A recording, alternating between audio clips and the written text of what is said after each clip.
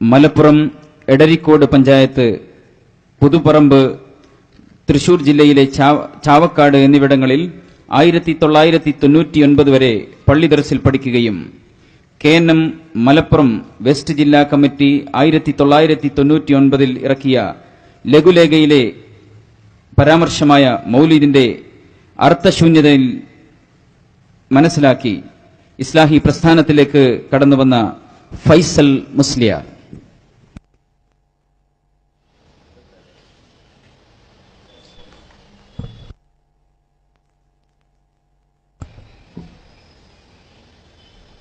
السلام عليكم ورحمة الله وبركاته. الحمد لله والصلاة والسلام على رسول الله وعلى آله وصحبه أجمعين. أما بعد. ആദരണീയരായ ഇസ്ലാഹി പണ്ഡിതരെ, സഹോദരി സഹോദരന്മാരെ, എന്തുകൊണ്ട് മുജാഹിദ് പ്രസ്ഥാനത്തിലേക്ക് കടന്നു വന്നു എന്ന് ചോദിച്ചാൽ അതിന് ഒറ്റവാക്കിൽ പറയുവാനുള്ള മറുപടി സത്യം തുറന്നു പറയണമെന്ന അതിയായ താല്പര്യം കൊണ്ടാണ് എന്നാണ് എനിക്ക് നിങ്ങളുടെ മുമ്പിൽ പറയാനുള്ളത്.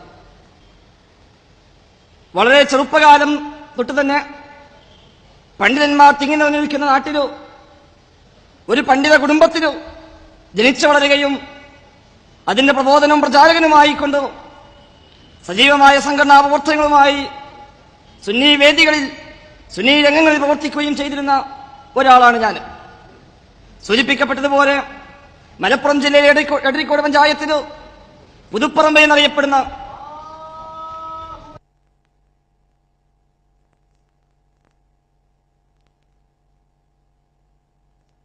പുതുപ്പറമ്പ് എന്ന മുമ്പ് കാലത്ത് വാളക്കുളം എന്നറിയപ്പെടുന്ന ഒരു കൊച്ചു ഗ്രാമം, ഒരുപാട് പണ്ഡിതന്മാർക്ക് ജന്മം നൽകിയ, സമസ്തയുടെ ആദ്യകാല പ്രവർത്തനങ്ങൾക്ക് ഓഫീസായി പ്രവർത്തിച്ചിരുന്ന, സമസ്തയുടെ ഒന്നാമത്തെ മദ്രസ നിലകൊള്ളുന്ന പുതുപ്പറമ്പില് സാമ്പത്തികമായും തറവാടുപരമായും വൈജ്ഞാനികമായും ഏറ്റവും ഉന്നതിയിൽ നിൽക്കുന്ന ഒരു കുടുംബത്തിലാണ് ഞാൻ ജനിക്കുന്നത്.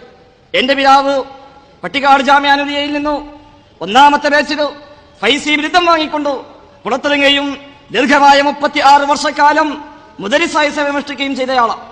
ഇന്ന് സംഘടന എന്ന് പറയട്ടെ, അദ്ദേഹം ജോലി ചെയ്യുന്നത് മമ്പുറം മഖാമിലെ ആ ജാറത്തിങ്ങിലെ ഏറ്റവും വലിയ അവിടുത്തെ കാർമ്മികനായിക്കൊണ്ട്, അഥവാ അതിന് പറയേണ്ടുന്ന പദമതല്ല, പക്ഷേ പിതാവ് പറയുന്നത് നീ എന്നെ കുറിച്ച് എന്ത് പറഞ്ഞാലും ശരി പൂജാരി എന്ന് പറയരുത് എന്ന, അതുകൊണ്ട് ഞാൻ ആ പദം ഉപയോഗിക്കുന്നില്ല. ആ രീതിയിലാണ്, അങ്ങനെയുള്ള കുടുംബത്തിലാണ് ഞാൻ ജനിക്കുന്നത്.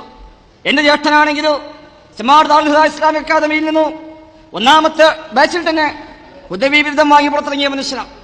മറ്റു 2 ജ്യേഷ്ഠന്മാര് മുസ്ലിയാക്കന്മാരെ ജോലി ചെയ്യുന്നതിനിടയിൽ വിദേശത്തേക്ക് ജോലി ആവശ്യത്തും പോയതിനാൽ ഇന്ന് ആ ഫീൽഡ് വിട്ടുകൊണ്ട് മറ്റൊരു ഫീൽഡിൽ പ്രവർത്തിക്കുന്നുവെന്ന് മാത്രം.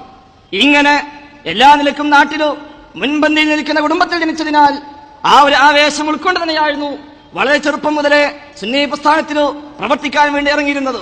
അന്ന് മുജാഹിദ് എന്ന് കേട്ടാൽ, ജമാഅത്ത് എന്ന് കേട്ടാൽ അറുപ്പോടെ വെറുപ്പോടെ, എത്രത്തോളം എന്ന് വെച്ചാൽ ഞാനെന്ന് പറയാറുള്ളത് കാഫിറായാലും ശരി മുജാഹിദാവാൻ ഞാനില്ല എന്നായിരുന്നു. എത്രയോ മുജാഹിദ് പ്രവർത്തകരെ മുഖത്ത് നോക്കിയിട്ട് എടാ നീ കാഫിറാണെന്ന്, നീ ഇബ്ലീസാണെന്ന് നേർക്ക് നേരെ പറഞ്ഞ അനുഭവങ്ങൾ എന്റെ ജീവിതത്തിൽ ധാരാളമുണ്ട്. മുജാഹിദായ മനുഷ്യനെ നമസ്കാരത്തിന് തുറന്ന് നിസ്കരിച്ചു എന്നതിന്റെ പേരിൽ മാത്രം എന്റെ സഹപാഠിയായ, എന്റെ ഏറ്റവും വലിയ കൂട്ടുകാരനായിരുന്ന എന്റെ കൂടെയുള്ള മുസ്ലിയാര് അദ്ദേഹവുമായി 4 ദിവസം പിണങ്ങി നിൽക്കുക പോലും ഞാൻ ചെയ്തിട്ടുണ്ട്. ഞാൻ ഓർത്തുപോകുന്നത് ആ കാലത്ത് വേങ്ങരക്കടുത്തുള്ള അച്ചനമ്പലം എന്ന സ്ഥലത്ത് ഒരു മുജാഹിദ് പള്ളിയിൽ അറിയാതെ ജുമുഅക്ക് പെട്ടുപോവുകയാണ്. അന്ന് ഇതേ വേഷവും കൂടെ തലയിൽ തൊപ്പിയും ആ തൊപ്പിക്ക് മീതെ തലപ്പാവും തോളിൽ ടവലും കൂടെ ഇട്ടുകൊണ്ടായിരുന്നു ഞാൻ ആ പള്ളിയിൽ കയറിയുന്നത്. എന്റെ കൂടെ ഹുദവിയായ ജ്യേഷ്ഠനുണ്ട്, മറ്റു 2 ജ്യേഷ്ഠന്മാരുണ്ട്, എളാപ്പയുണ്ട്. ഇങ്ങനെ ഞങ്ങൾ ഒന്നിച്ചു ഒരു യാത്ര മധ്യയാണ് മുജാഹിദ് പള്ളിയിൽ കയറാൻ ഇടവരുന്നത്. മുജാഹിദ് പള്ളിയാണെന്ന് എനിക്കറിയില്ല, പക്ഷെ എന്റെ ജ്യേഷ്ഠന് അറിയാം. അദ്ദേഹം എന്നെ ഒന്ന് പരീക്ഷിക്കാൻ വേണ്ടി തന്നെയാണ് കയറ്റിയെന്നാണ് ഞാൻ മനസ്സിലാക്കുന്നത്. അവിടെ ചെല്ലുമ്പോൾ ഞാൻ കാണുന്നത് വളരെ ലളിതമായ വേഷത്തിനു, അഥവാ ഒരു വെള്ളത്തുണിയും കുപ്പായവും ഇട്ടു, തലയിലിട്ട പോലെ മാത്രം ഇട്ടു മിമ്പറിൽ കയറി മലയാളത്തിൽ പ്രസംഗിക്കുന്ന ഒരു മനുഷ്യനെയാണ് അതുവരെ കണ്ട് പരിചയമുള്ളത്. ഒരുപാട് വേഷവിധാനങ്ങളോടുകൂടി ആ മിമ്പറിലേക്ക് കയറിയിട്ട് അറബിയിൽ ഖുത്ബ നിർവഹിക്കുന്ന ഖതീബുമാരെ കണ്ട് ശീലിച്ച എനിക്ക് ഇതൊരിക്കലും ഉൾക്കൊള്ളാൻ സാധിച്ചില്ല. അന്ന് കൂടെയുള്ള ഓരോരുത്തരോട് ഞാൻ ചോദിച്ചു, ഇറങ്ങിപ്പോകുകയല്ലേ, തയ്യാറുണ്ടോ ചോദിച്ചപ്പോ എന്റെ ജ്യേഷ്ഠന്മാരും എളാപ്പയും അടക്കം പറഞ്ഞത്, എടാ കയറിപ്പോയില്ലേ, ഇനിങ്ങനെ ഇറങ്ങിപ്പോവാന്ന്. ഏതായാലും സുന്നത്ത് ജമാഅത്തിന് ആവേശം ഉൾക്കൊണ്ട എനിക്ക് അവിടെ ഇരിക്കാൻ സാധിച്ചില്ല. ഞാൻ അവസാനം തീരുമാനിക്കുന്നത് രണ്ടാമത്തെ ഖുത്ബ അറബിയിലാണെങ്കിൽ ഇവിടെ ഇരിക്കാം, അതല്ലെങ്കിൽ ഇരിക്കുന്ന പ്രശ്നമില്ല എന്ന് തീരുമാനമെടുത്തുകൊണ്ട് കാത്തിരിക്കുകയാണ്. രണ്ടാമത്തെ ഖുത്ബക്ക് ഖതീബ് കയറിയിട്ട് അൽഹംദുലില്ലാ എന്ന് പറയുമ്പോ എന്റെ മനസ്സിലും അൽഹംദുലില്ലാ ഇത് അറബിയിൽ തന്നെയാണ് എന്ന വിചാരമാണ്. പക്ഷെ അതങ്ങ് കഴിഞ്ഞു ഇയാൾ വീണ്ടും തുടങ്ങി മലയാളത്തില്. ഇത് കേട്ടു ഏകദേശം 3-4 മിനിറ്റ് കൊണ്ട് രണ്ടാമത്തെ ഖുത്ബ കഴിഞ്ഞു ഇഖാമത്ത് വിളിക്കുകയും ചെയ്തു. പിന്നെ ആലോചിച്ചു നിന്നില്ല, അവിടെ ജുമുഅക്ക് കൂടാതെ ഇറങ്ങിപ്പോന്നിട്ട് വീട്ടിൽ വന്ന് ളുഹർ നമസ്കരിക്കുകയാണ് ചെയ്തത്. പിന്നീട് അൽഹംദുലില്ലാ അതേ പള്ളിയിൽ പോയി 2 ഖുത്ബ നിർവഹിക്കാനുള്ള അവസരം പടച്ചറബിനിക്ക് നൽകുകയുണ്ടായി. പറഞ്ഞു വന്നത് അന്ന് മുജാഹിദ് എന്ന് കേട്ടാൽ, മുജാഹിദ് പ്രസ്ഥാനം എന്ന് കേട്ടാൽ അങ്ങേയറ്റം തെറ്റിദ്ധാരണയോടുകൂടി നടന്നിരുന്ന ഒരു കാലമായിരുന്നു. പക്ഷേ സാധാരണ മുസ്ലിയാക്കന്മാരിൽ നിന്ന് വ്യത്യസ്തമായി അന്നും സത്യത്തിന്റെ കൂടെ നിൽക്കണമെന്ന താല്പര്യമായിരുന്നു ആ ഫീൽഡിൽ ഇറങ്ങാൻ എന്നെ പ്രേരിപ്പിച്ചത്. അതല്ലാതെ ഇതുമൂലം വരുമാനം ഉണ്ടാക്കണമെന്നോ, ഇതുമൂലം സമൂഹത്തെ പറ്റിക്കണമെന്നോ, ഇതുമൂലം എന്തെങ്കിലും ഭൗതിക നേട്ടങ്ങൾ നേടണമെന്നോ താല്പര്യമില്ലാതെ. കാരണം ഞാൻ സൂചിപ്പിച്ചല്ലോ, സാമ്പത്തികമായി വളരെയധികം ഉയർന്ന കുടുംബത്തിലാണ് ഞാൻ ജനിച്ചത്. അതിന്റെ ആവശ്യമില്ലായിരുന്നു. സമൂഹത്തിന്റെ പണം എനിക്ക് ആവശ്യമില്ലായിരുന്നു ജീവിക്കാനോ. ധാരാളം സമ്പാദ്യങ്ങളോ പിതാവിന് തന്നെ ഉണ്ടായതുകൊണ്ട് അതിന്റെ ആവശ്യമില്ലാതെ ആത്മാർത്ഥമായി തന്നെ മാലകളും മൗലീദുകളും ഖുതുബിയത്തുകളും ഒക്കെയായി കഴിഞ്ഞുകൂടുന്നതിനിടെയാണ് സൂചിപ്പിക്കപ്പെട്ടതുപോലെ KN മലപ്പുറം വെസ്റ്റ് ജില്ലാ കമ്മിറ്റി വെക്കുന്ന ജന്മദിനാഘോഷം ഇസ്ലാമികമോ എന്ന ലഘുലേഖന്റെ മുമ്പിൽ വന്നുപെടുന്നത്. അന്ന് നാട്ടിലെ തന്നെ പള്ളിയിലോ നാട്ടിലെ തന്നെ മദ്രസയിലോ അതുമായി ബന്ധപ്പെട്ട റബീഉൽ അവ്വൽ പരിപാടികളെല്ലാം വളരെ സജീവമായി പങ്കെടുക്കുകയും എന്റെ കൂടെയുള്ള 2 മുസ്ലിയാക്കന്മാര്, കുഞ്ഞാലിക്കുട്ടി മുസ്ലിയാർ, മുഹമ്മദ് മുസ്ലിം മുസ്ലിയാർ, ഞങ്ങൾ 3 കൂടെ ഒന്നിച്ചാണ് അന്ന് റബീഉൽ അവ്വലുമായി ബന്ധപ്പെടുന്ന എല്ലാ ഏർപ്പാടിനും മുമ്പിൽ ഇറങ്ങാറുണ്ടായിരുന്നത്. ദഫ് സ്കൗട്ട് തുടങ്ങിയ എല്ലാവിധ ഏർപ്പാടുകളും അതിന്റെ അധ്യാപകരായി കൂട്ടത്തിൽ നടക്കുന്നതിനിടയിലാണ് ഈ ലഘുലേഖ കണ്ണിൽപ്പെടുന്നത്.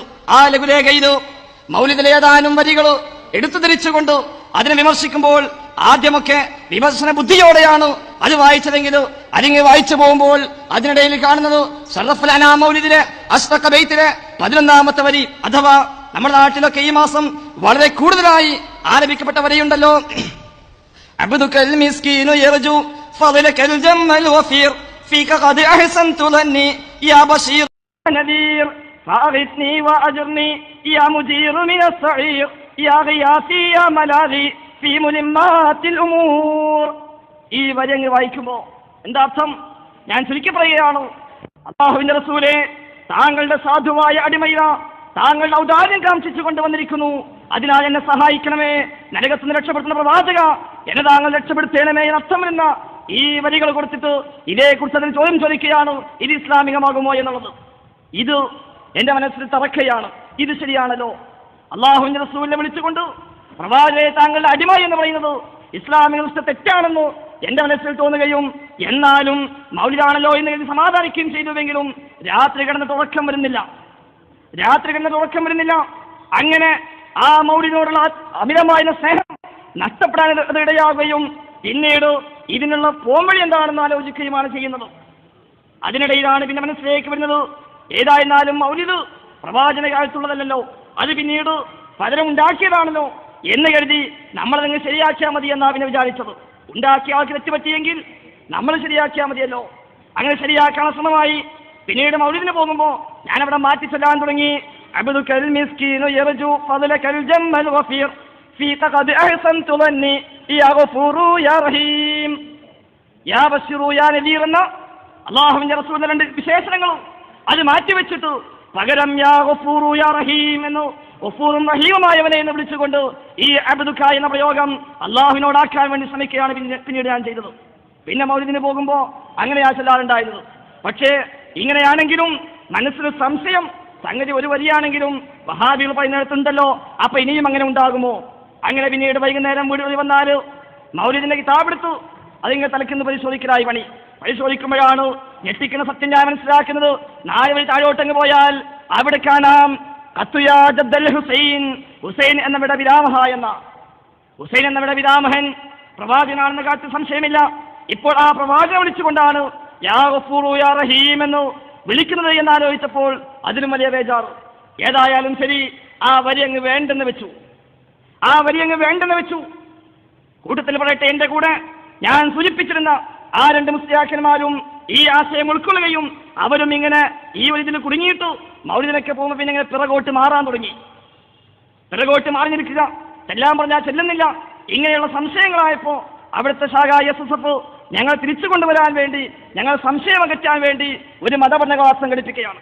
സെൻസിംഗിന്റെ chief editor advocate AK Ismail Wafa വന്നിട്ട് ക്ലാസ് എടുക്കുകയും ആ ക്ലാസിന് ശേഷം ഇസ്മായിൽ വഫയുമായി പുതുപ്പറമ്പിലെ SSFന്റെ ഓഫീസിൽ വെച്ച് 1 മണിക്കൂറോളം ചർച്ച ചെയ്യുകയും ചെയ്തപ്പോൾ ആ ചർച്ചയിൽ നിന്നും എനിക്ക് ബോധ്യപ്പെട്ടു മുജാഹിദ് പ്രസ്ഥാനമാണ് ശരി എന്നുള്ളത്. അഥവാ എന്നെ മുജാഹിദ് പ്രസ്ഥാനത്തേക്ക് ആകർഷിച്ചത് മൗലിദാണെങ്കിൽ മുജാഹിദ് പ്രസ്ഥാനത്തിൽ എന്നെ ഉറപ്പിച്ചത് AK ഇസ്മായിൽ വഫയാണ്.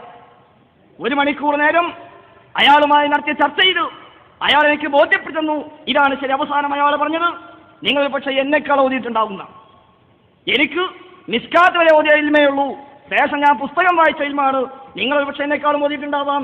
അതുകൊണ്ട് നിങ്ങളുടെ ഈ ചോദ്യത്തിന് മറുപടി പറയാൻ ഞാൻ തയ്യാറല്ല എന്ന്. ഞാൻ ചോദിച്ച ചോദ്യം, ഇയാളുടെ പ്രസംഗത്തിൽ ഇയാൾ പറഞ്ഞിരുന്നു മുജാഹിദിനെ തുടരാൻ പാടില്ല, കാരണം മുജാഹിദിന്റെ നമസ്കാരത്തിന് ഷർത്തും ഫർളും ഇല്ല എന്ന്.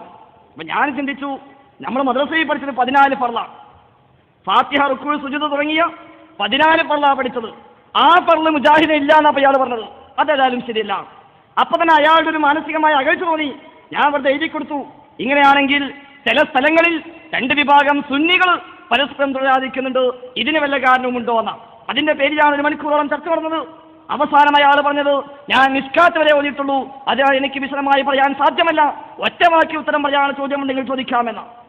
അപ്പൊ പിന്നെ ഞാൻ പറഞ്ഞു, നിങ്ങൾക്ക് അത്യാവശ്യം വിവരമുണ്ടെന്ന് കരുതിയിട്ടാണ് ഞാൻ വന്നത്, വിവരമില്ലെങ്കിൽ പിന്നെ ഇങ്ങോട്ട് ചോദിക്കാൻ ചോദ്യമില്ല എന്നും പറഞ്ഞ് ഓഫീസിൽ നിന്ന് ഇറങ്ങിപ്പോവുക ചെയ്തത്. അതോടുകൂടി പിന്നെ അവിടുത്തെ AP വിഭാഗത്തിന് അത് വലിയ തിരിച്ചടിയായി മാറി. EK വിഭാഗം ഇത് പ്രചരിപ്പിക്കുകയും ഇവിടെ വലിയ നേതാവ് വന്നിട്ട് ഒന്നുമല്ലാത്ത ഒരു ചെറുക്കന്റെ മുമ്പിൽ വന്നിട്ട് ഇങ്ങനെ പതറിപ്പോയി എന്ന് EK വിഭാഗം പ്രചരിപ്പിച്ചപ്പോൾ പിന്നെ AP വിഭാഗത്തിന് ശ്രമം എന്റെ പിതാവിനെ എനിക്കെതിരെ തിരിക്കാനായിരുന്നു. പിതാവിന് അഡ്രസ്സില്ലാത്ത കത്തുകളും അതുപോലെ വിവരങ്ങളുമൊക്കെ ഇവിടുന്നുമൊക്കെ ആയിട്ട് നൽകുകയും അങ്ങനെ പിതാവിനെ ദേഷ്യം പിടിപ്പിച്ചിട്ട് എന്നെ പുകച്ച് പുറത്തു ചാടിക്കാനുള്ള ശ്രമമാണ് പിന്നീട് നടക്കുന്നത്. പിതാവിനോട് പറഞ്ഞു, നീ മുജാഹിദിന്റെ അഖീദയിൽ ഉറച്ചു നിൽക്കുന്നുവെങ്കിലോ നമ്മൾ തമ്മിൽ ഇനി ബന്ധമില്ല എന്ന് പറഞ്ഞപ്പോൾ ഞാൻ പറഞ്ഞു, ഇല്ല വാപ്പ, എനിക്ക് മുജാഹിദിന്റെ അഖീദ ഇല്ല, ഞാനിപ്പോഴും സുന്നിയാണ്, മുജാഹിദിന്റെ അഖീദ എന്താണ് എന്ന് താങ്കൾ പറഞ്ഞു വരികയാണെങ്കിൽ ഞാൻ മാറാമെന്ന് പറഞ്ഞപ്പോൾ അദ്ദേഹം അതിനൊന്നും തയ്യാറില്ലാതെ, ഈ നിലപാടാണെങ്കിൽ നമ്മൾ തമ്മിൽ ഇനി ബന്ധമില്ല, നിനക്ക് എന്നെ കാണാൻ, എന്നെ തൊടാൻ, മരിച്ചാൽ മയ്യത്ത് പോലും കാണാൻ എനിക്ക് സമ്മതമില്ല എന്ന് പറഞ്ഞുകൊണ്ട് പിതാവ് പ്രഖ്യാപിച്ചപ്പോ, ശരി വാപ്പ, ഉമ്മയും വാപ്പയും ഇല്ലെങ്കിൽ എനിക്ക് അള്ളാഹു ഉണ്ടാകും എന്ന് പറഞ്ഞപ്പോ, നിനക്ക് അള്ളാഹു ഉണ്ടാകും, നിനക്ക് കാണാമെന്ന് പറഞ്ഞുകൊണ്ട് വാപ്പ പുറത്താക്കിയപ്പോ 3.5 വർഷമായി വീട്ടിൽ നിന്ന് ഇറങ്ങി വന്നു, വാപ്പയുമായി യാതൊരു ബന്ധവുമില്ലാതെ ഇന്ന് വാപ്പ ഇല്ലാത്ത സമയത്ത് വീട്ടിൽ കയറി ഉമ്മയെ കണ്ടുപോയിരുന്നുവെന്നല്ലാണ്ട്. എന്നാലും ശരി, ഈ സത്യം തുറന്നു പറയാൻ അവസരമുണ്ട്, അതിനുള്ള ഒരു ഭാഗ്യമുണ്ട് എന്നതിനാൽ അങ്ങേയറ്റം സംതൃപ്തനാണ്. ഞാനവിടെ SKSFന്റെ പ്രവർത്തകരെ വിളിച്ചുകൊണ്ട് ഞാൻ പറഞ്ഞു, ഞാൻ SKSFിലേക്ക് തിരിച്ചു വരാം, തയ്യാറാണ്. ഒറ്റ കാര്യം, ആരാധന എന്ന് വിളിക്കാവുന്ന, ഇബാദത്ത് എന്ന് വിളിക്കാവുന്ന കാര്യങ്ങളൊക്കെയും പടച്ചതമ്പുരാന് മാത്രമേ ആകാവൂ എന്ന് പ്രസംഗിക്കാൻ, അത് പ്രഖ്യാപിക്കാൻ അവസരം നൽകുമെങ്കിൽ ഞാൻ തിരിച്ചു വരാമെന്ന് പറഞ്ഞപ്പോൾ അതല്പം പ്രയാസമാണ് എന്നാണ് SKSFന്റെ പ്രവർത്തകർ പോലും അന്ന് എനിക്ക് മറുപടി നൽകിയത്.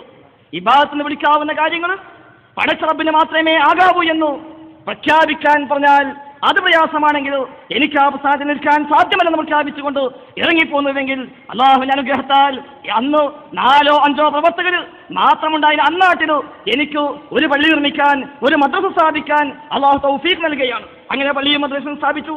ഇന്നവിടെ ഖതീബായി സേവനം അനുഷ്ഠിക്കുന്നു. 100ഓളം ആളുകൾ ജുമുഅയ്ക്ക് പങ്കെടുക്കുന്ന നല്ലൊരു മാറ്റത്തിന് തുടക്കം കുറിച്ചുകൊണ്ട് ഇന്ന് ആ നാട് മാറിക്കൊണ്ടിരിക്കുകയാണ്. ഇൻഷാ അല്ലാഹ് അള്ളാഹു ഇനിയും മാറ്റാനുള്ള അവസരം നൽകുമെന്ന് തന്നെയാണ് ഞാൻ പ്രതീക്ഷിക്കുന്നത്. സമയമില്ലാത്തതിനാൽ, ഇനിയും അറിവുണ്ടായതിനാൽ ഞാൻ അവസാനിപ്പിക്കുകയാണ്. ഈ സത്യം വ്യക്തമായി ബോധ്യപ്പെടുകയും അത് പ്രചരിപ്പിക്കുകയും അത് പ്രഖ്യാപിക്കുകയും ചെയ്യാനുള്ള അവസരം അതിന് തൗഫീഖ് പടച്ചിറപ്പ് നമുക്ക് മാതാപിതാക്കൾക്കും പ്രദാനം ചെയ്യുമാറാവട്ടെ. സത്യം സത്യമായി മനസ്സിലാക്കുകയും അത് ഉൾക്കൊള്ളുകയും അത് പ്രഖ്യാപിക്കുകയും ചെയ്യാനുള്ള തൗഫീഖ് നമുക്ക് മാതാപിതാക്കൾക്കും പടച്ചിറപ്പ് പ്രദാനം ചെയ്യുമാറാവട്ടെ. അസത്യം അസത്യമായി മനസ്സിലാക്കുകയും അത് തള്ളിക്കളയുകയും അതിനെതിരെ പ്രതികരിക്കുകയും ചെയ്യാനുള്ള തൗഫീഖ് നമുക്ക് മാതാപിതാക്കൾക്കും പടച്ചിറപ്പ് പ്രദാനം ചെയ്യുമാറാവട്ടെ എന്ന് പ്രാർത്ഥിച്ചുകൊണ്ട് ഞാൻ അവസാനിപ്പിക്കുകയാണ്. അൽഹംദുലില്ലാഹി റബ്ബിൽ ആലമീൻ. അസ്സലാമു അലൈക്കും വറഹ്മത്തുള്ളാഹി.